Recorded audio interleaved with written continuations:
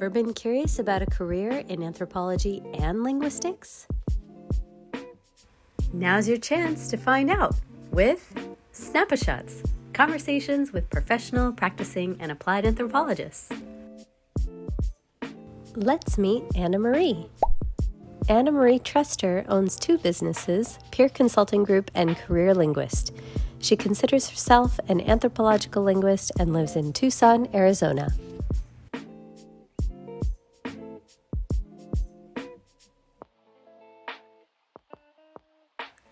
How did you get interested in anthropology?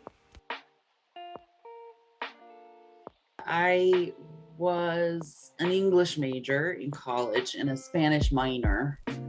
And I realize now I was kind of floating around anthropology and linguistics, but I didn't quite know. I had a good friend who was an anthropology major and a linguistics minor, but somehow I just didn't really know about those fields. So I went abroad, and there was kind of an administrative mix-up actually while I was abroad.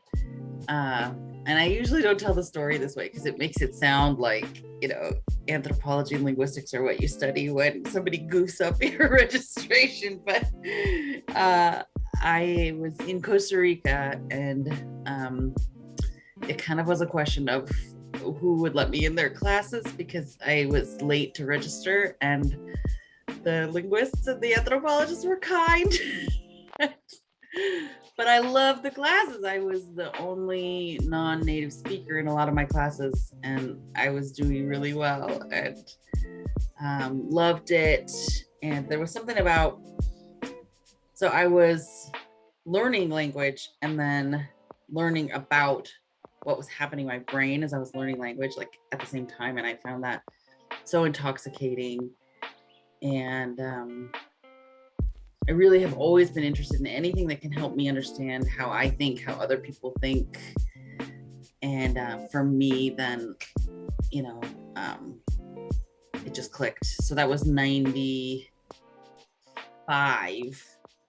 and I've been hooked ever since. How has the anthropological perspective or training enhanced your contribution to your workplace? My background makes me very aware of the conditions in which work is getting done.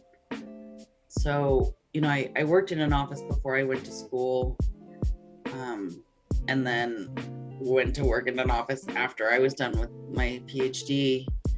And so ever since, I just have not been able to not pay attention to workplace culture, as they call it in the business world, I guess. So, I work as a consultant, but everything kind of has been climbing towards wanting to specifically focus on workplace culture. And that's my latest venture. It's a collaboration with a colleague who is a narratologist, but she and I are both focused on story listening as a way to understand organizational culture and, specifically questions of diversity and inclusion, how that happens in the workplace. We have a sort of dynamic approach to language, and something like inclusion is something we see as something that's constantly being produced and negotiated, and it's a dynamic. What types of industry challenges do you get to help solve with this anthropological lens? We have stories that were collected as part of a workplace diversity, equity, and inclusion initiative. So I was saying before, story listening for me is a way into thinking about how you produce equity and inclusion in a workplace, how you negotiate it, how you navigate it, how you create it, sustain it, maintain it. And in these stories, it's so fascinating because you can get on the surface, the narrator will be saying, oh yeah, we have good. And then the story often belies, the surface work that someone is trying to say, things are fine here. And then you jump into a story where you really get the fine-grained experience of what it's like for someone. And I think people kind of lose themselves in the telling of a story. But when you can do something like we like to do, we do narrative inquiry. So we'll end up collecting ideally hundreds of stories.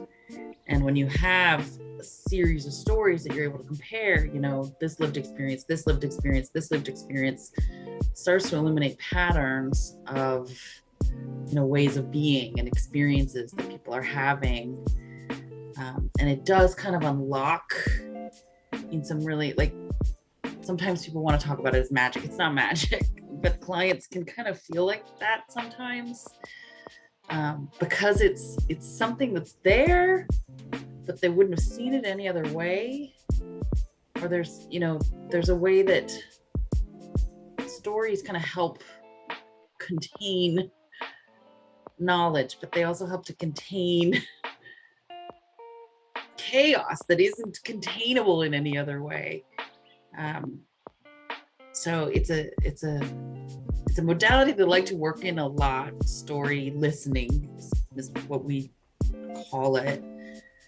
But really, I think it's bringing a linguistic or an anthropological analytical lens to the work that stories are doing in interaction and the meaning that gets made and how that can be visible once you start to be able to see it. So we do a thing towards the end of a project where we've got all the partners kind of in a room, and we got all the stories kind of surrounding the leaders of an organization, so they can kind of see, this is what it is like to work here, to be here.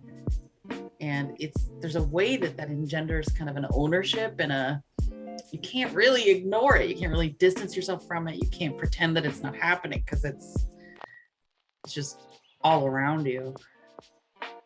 And taking responsibility for that, means becoming much more story aware and going out there and really what that means is just being more aware. It's you give a story as a thing to pay attention to, but that's just really, it's a conduit into kind of having a way of seeing that is a little bit more,